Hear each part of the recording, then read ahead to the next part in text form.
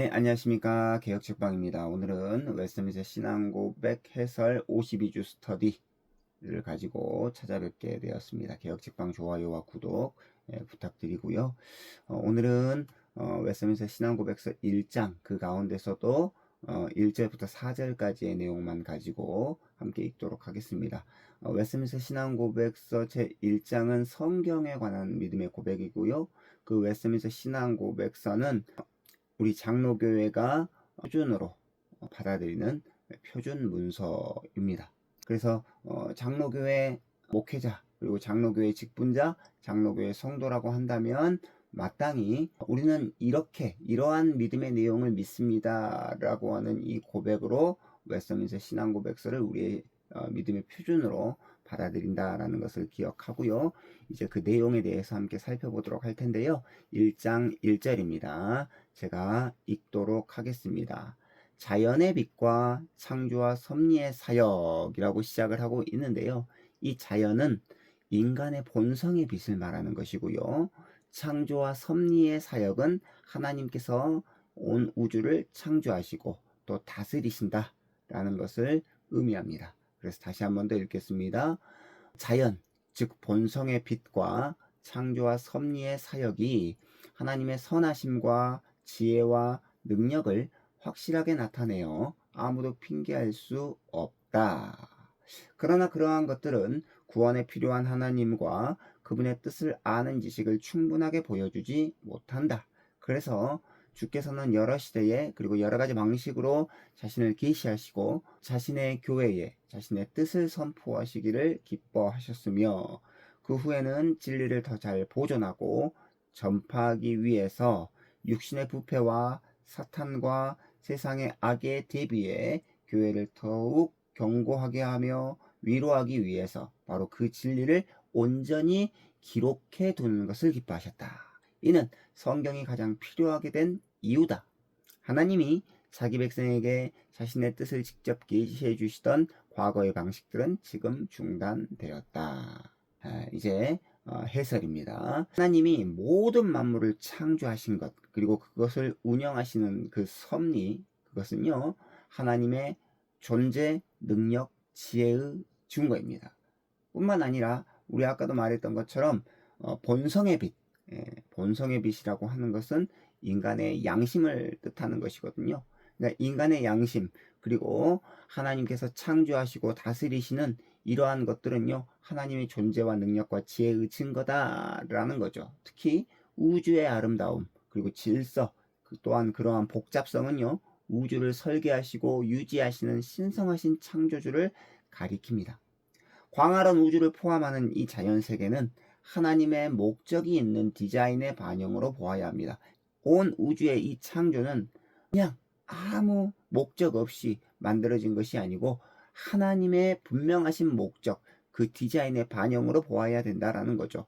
그래서 이 자연의 아름다움 그리고 이 디자인은요 종종 사람들에게 주변 세계에 대한 창조주의 손길을 볼 수 있게 해줍니다.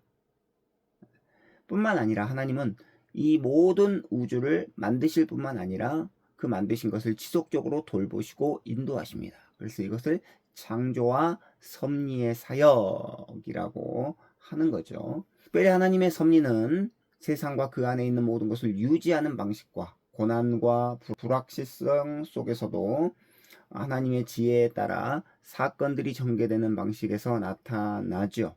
따라서 자연 계시를 통해서 하나님을 알 수 있음에도 불구하고 하나님을 예배하지 아니하고 섬기지 아니하는 자들이 하나님을 몰랐다고 핑계할 수 없다라고 우리는 기억해야 합니다. 자연 계시는 자연, 특별히 창조된 세계 그리고 도덕 질서를 통해 창조주 하나님이 계시다는 것과 그분의 능력과 영원한 본성과 지혜의 측면을 알 수 있습니다.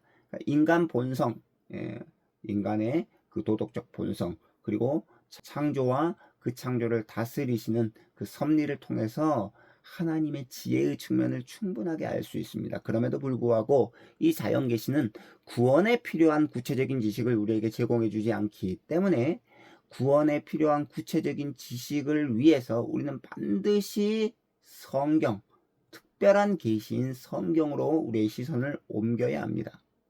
구원에 필요한 구체적인 지식은 오직 성경으로만 얻을 수 있기 때문입니다. 그럼 특별 계시라고 부르죠. 성경에서는 그리스도의 구원 방식을 가르쳐 줍니다. 자연 계시가 구원의 핵심인 그리스도를 통해 하나님과 어떻게 화해해야 되는지, 어떻게 우리가 죄로부터 구원받을 수 있는지에 대한 방법을 알려주지 않기 때문에 구원이 어떻게 이루어지는지를 말하는 특별 계시가 필요한데, 그 특별 계시가 뭐냐? 바로 오직 성경이다 라는 것이죠. 그래서 하나님의 계시를 글로 기록하는 이 성경이 필요해졌는데요. 그렇다고 한다면 하나님의 계시를 글로 기록하는 가장 중요한 이유는 무엇일까요? 그것은 신성한 하나님의 뜻을 보존하기 위해서입니다. 자, 모세오경이 기록되기 이전에 구전 전통은 필수적이었지만 모세부터 이것을 기록함으로 말미암아 하나님의 계시의 진리를 충실하게 보존하고 변경이나 오류 없이 전할 수 있게 되었습니다. 기록된 성경은 하나님의 메시지가 특정 시간 그리고 장소 또는 문화에 국한되지 않도록 보장하죠. 다른 시대나 지리적 지역에 사는 사람들이 접근할 수 있도록 성경을 기록하게 함으로 말미암아 모든 시대 사람들이 하나님의 뜻과 그 구원의 신비를 알 수 있게 되었습니다. 이 성경을 가리켜서 기록된 하나님의 말씀이라고 부르는데요. 이 기록된 하나님의 말씀은 하나님의 권위의 모든 무게를 지닌 것으로 간주되어야 합니다. 그래서 신앙 고백서는 우리의 신앙과 실천의 기초적인 지침으로 성경을 말하고 있습니다.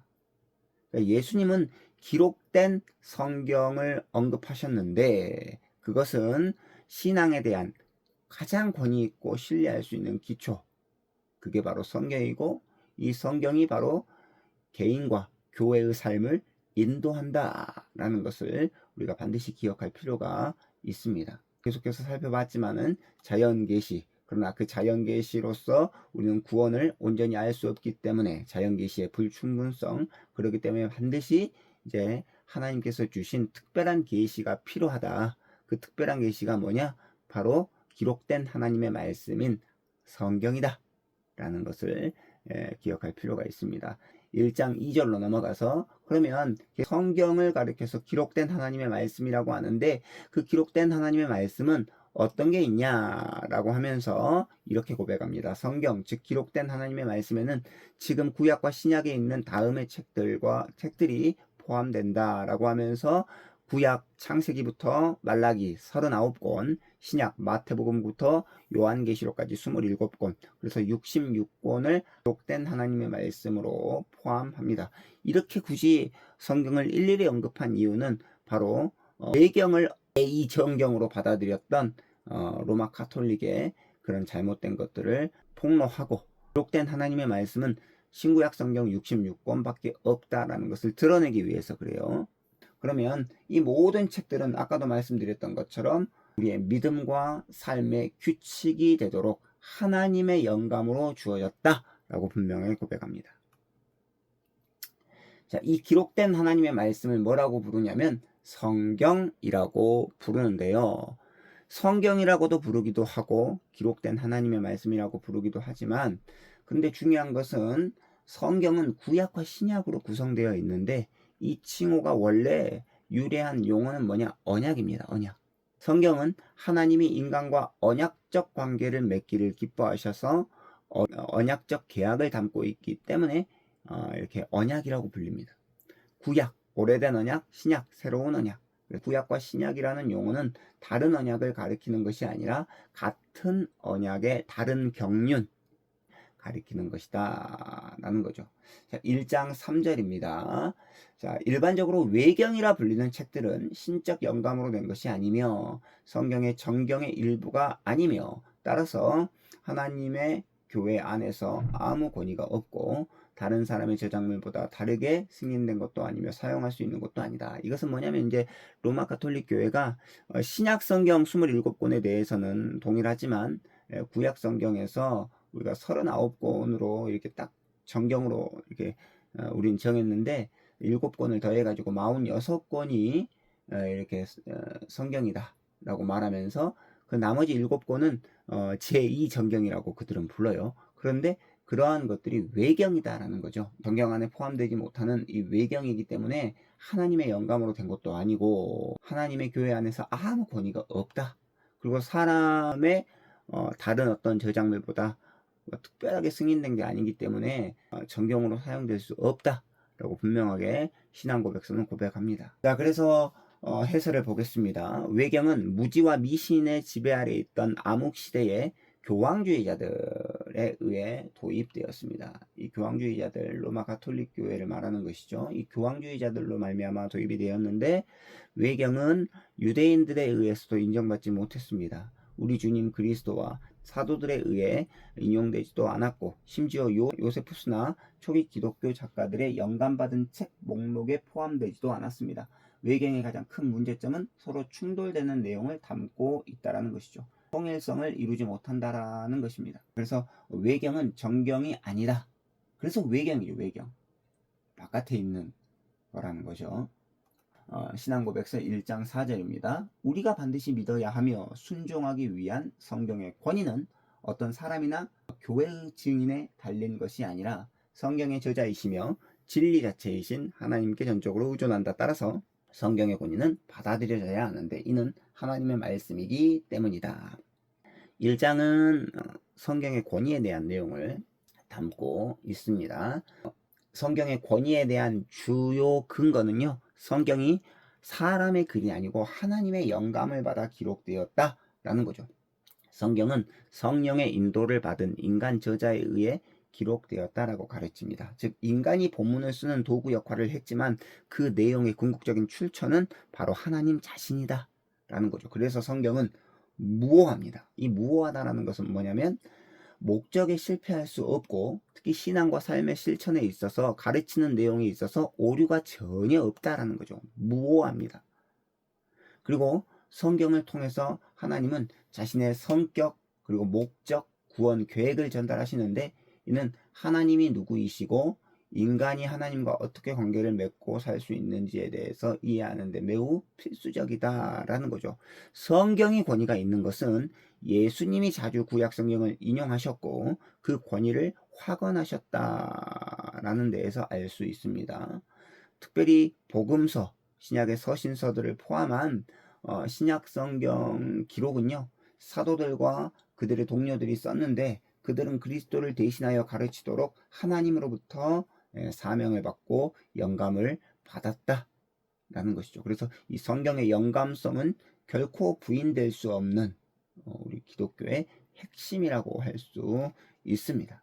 그래서 이 성경의 권위는 또 정경화 과정과 관련이 있는데 이를 통해서 교회는 성경의 특정 책들을 성령의 감동으로 기록된 권위 있는 책으로 인정했습니다.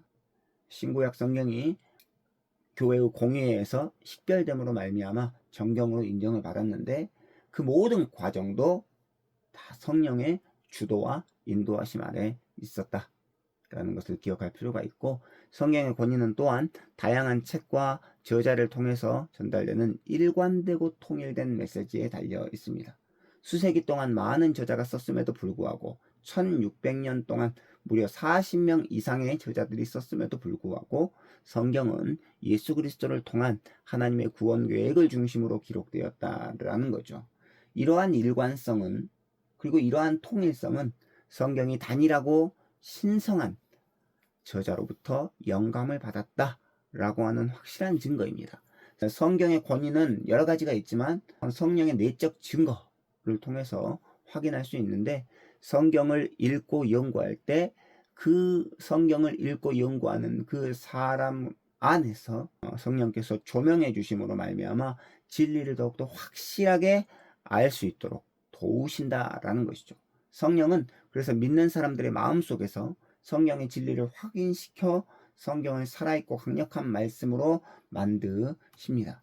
오늘은 여기까지 우리가 살펴보았고요. 웨스트민스터 신앙고백서 오늘 1장 1절부터 4절까지 살펴보았고 다음 시간에는 5절부터 10절까지 있는 내용으로 함께 찾아뵙도록 하겠습니다.